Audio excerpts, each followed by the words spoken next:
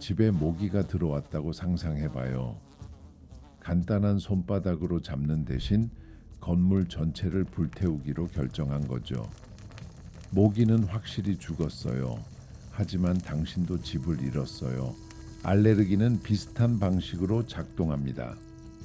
실제로는 위험하지 않은 물질에 대해 우리 면역 체계가 과민 반응을 보이는 것입니다.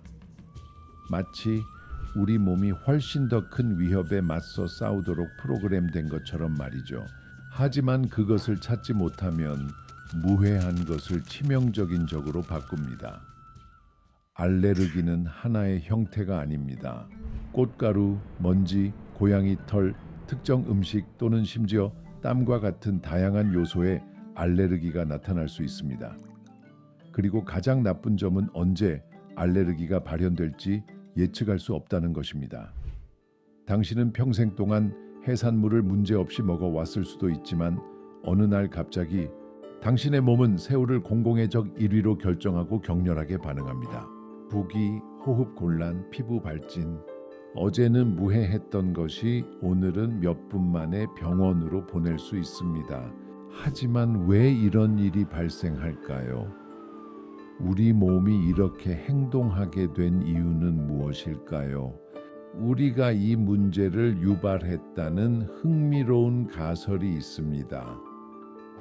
수천 년 동안 우리와 함께 했던 적, 기생충을 제거함으로써 말입니다.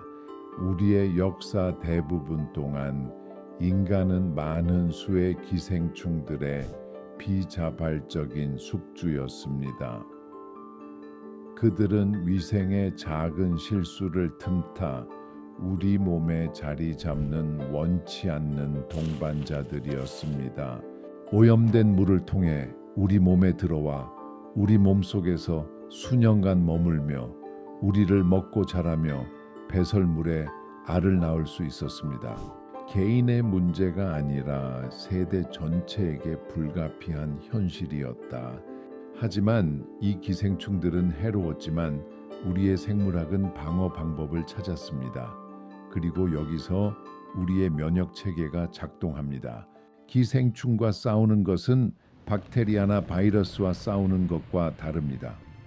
단순히 캡슐화하여 제거할 수 없습니다. 벌레는 미세한 규모에서 거대한 생물이며 위산으로도 보호되는 강력한 피부를 가지고 있습니다. 이러한 위협에 대처하기 위해 몸은 전체 군대라고 할 수 있는 방어 시스템을 개발했습니다. B세포는 벌레를 감지하는 특수 항체를 만듭니다. 비만 세포는 히스타민과 다른 염증 물질로 가득 찬 지뢰처럼 신호를 기다리고 있습니다.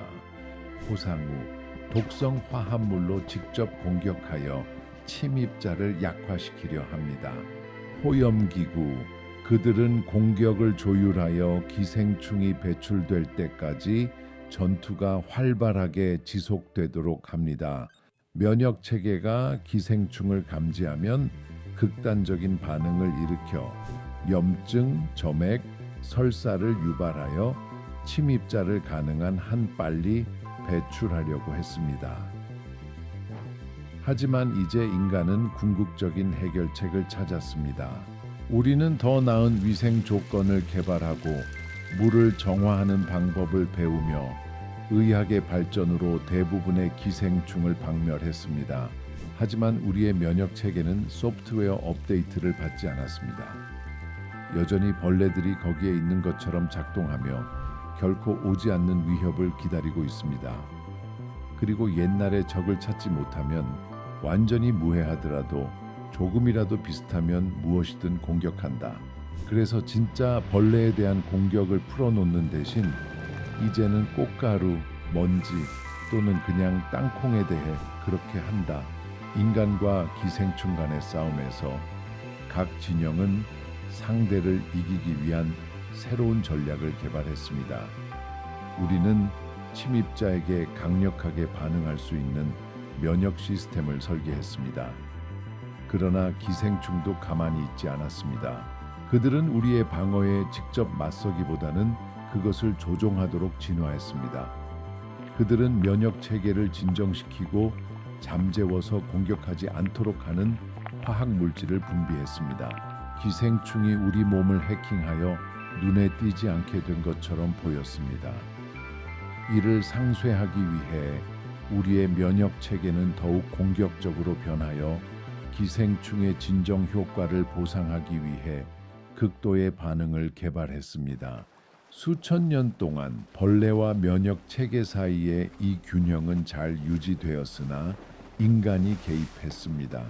현대 위생 시설과 의학의 발전으로 인해 세대에 걸쳐 우리와 함께했던 기생충을 거의 완전히 제거했습니다. 이론적으로 이것은 승리였습니다.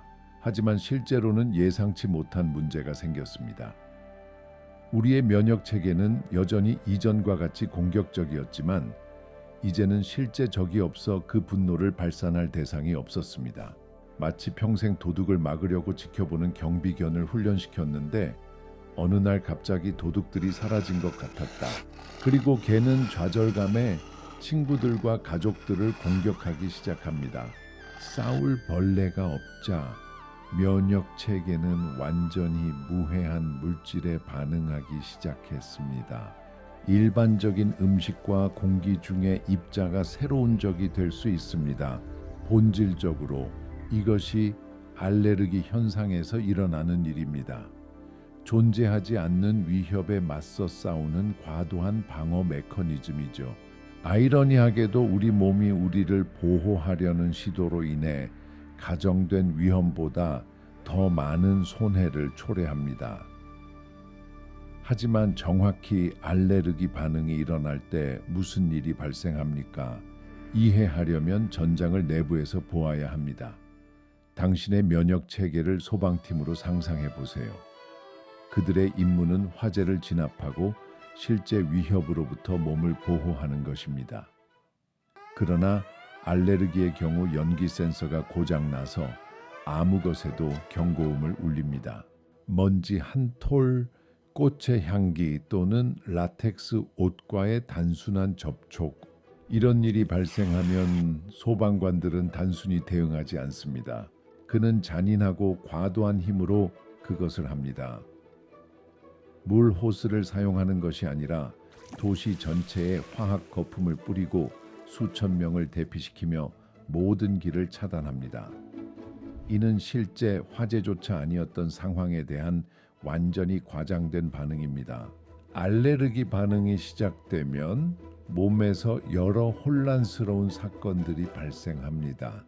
염증, 혈관이 확장되어 많은 양의 액체가 조직으로 빠져나가게 됩니다.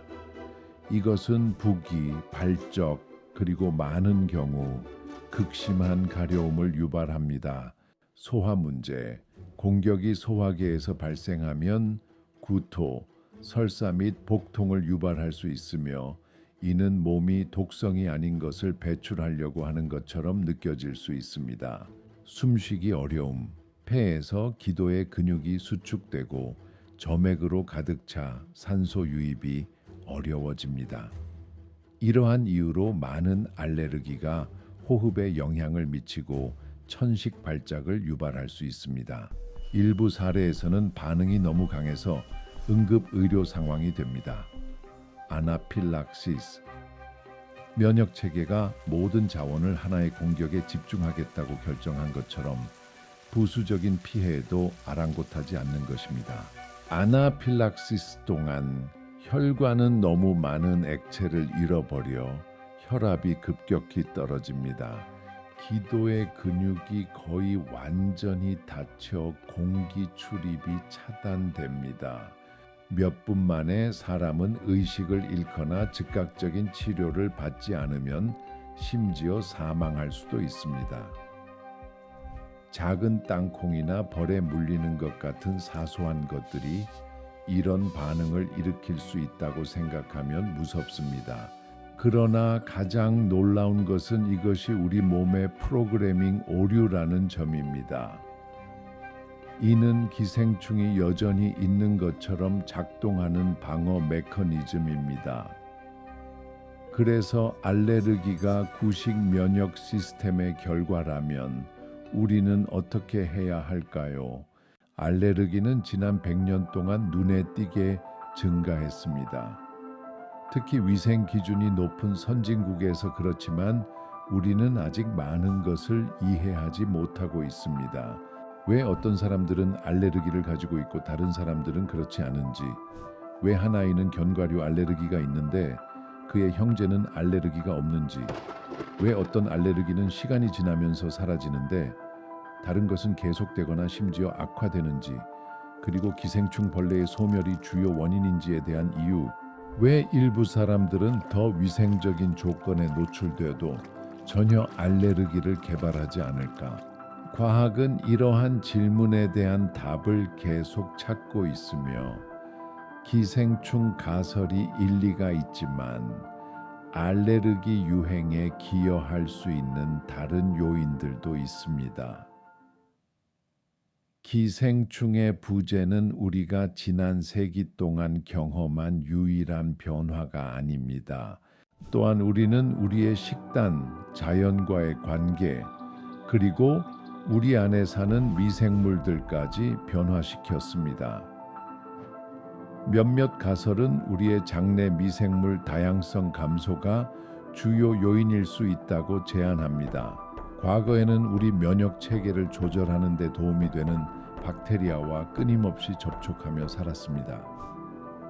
하지만 이제는 가공된 식단과 항생제의 과다 사용으로 인해 많은 유익한 박테리아를 잃었습니다. 또 다른 가능한 원인은 오염 증가입니다.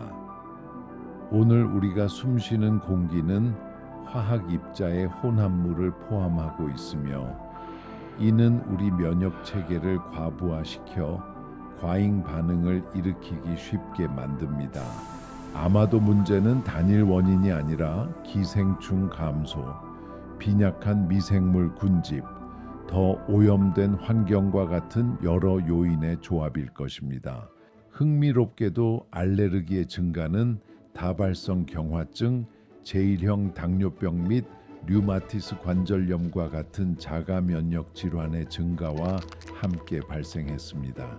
이러한 모든 조건에서 면역 체계는 너무 경계하고 실제로 맞서 싸울 적이 없는 것처럼 자신의 몸을 공격합니다. 이는 우리에게 도전 과제를 제시합니다. 기생충 질병을 재도입하지 않고 알레르기를 줄이는 방법은 무엇일까요? 면역 체계를 더 균형 잡힌 상태로 되돌리기 위한 방법이 있을까요? 과학자들은 신체를 덜 반응적으로 훈련시킬 수 있는 치료법을 탐구하고 있습니다. 통제된 노출 요법에서 특정 프로바이오틱스 사용까지 목표는 면역 체계가 기생충을 제거하기 전처럼 다시 행동하도록 돕는 것이지만 아직 갈 길이 멉니다. 인류는 놀라운 업적을 이루어냈습니다. 우리는 질병을 퇴치하고 삶의 질을 향상시켰으며 수천 년 동안 우리 조상들을 위협했던 위협들을 제거했습니다. 그러나 항상 그렇듯이 각 발전은 예상치 못한 결과를 가져옵니다. 기생충을 제거하면서 우리 몸의 균형을 깨트려 우리를 통제하던 적이 사라졌을지 모릅니다. 이제 우리의 면역 체계는 여전히 전쟁 중이지만 싸울 대상이 없어 아무거나 공격합니다. 생태계에서 포식자를 제거한 것과 같아 늑대가 없는 곳에서는 사슴이 통제 없이 번식해 자연의 균형을 깨트려. 그러나 이것이 우리가 벌레를 다시 데려와야 한다는 것을 의미하지는 않습니다. 아무도 기생충 감염이 일반적이었던 시대로 돌아가고 싶어 하지 않습니다. 대신 해결책은 우리의 건강 발전을 되돌리지 않으면서 면역 체계를 균형 있게 조절하는 새로운 방법을 찾아야 한다는 것입니다. 아마도 미래에는 기생충의 부정적인 영향을 피하면서 기생충이 있는 것처럼 보이게 하거나 안전하게 우리의 미생물 다양성을 회복시키는 치료법을 개발할 수 있을 것입니다. 현재 확실한 것은 과학이 계속해서 답을 찾고 있다는 것입니다. 그리고 그동안 누군가가 알레르기 반응을 보일 때마다 그들의 몸은 오랫동안 사라진 적과 계속 싸우고 있습니다.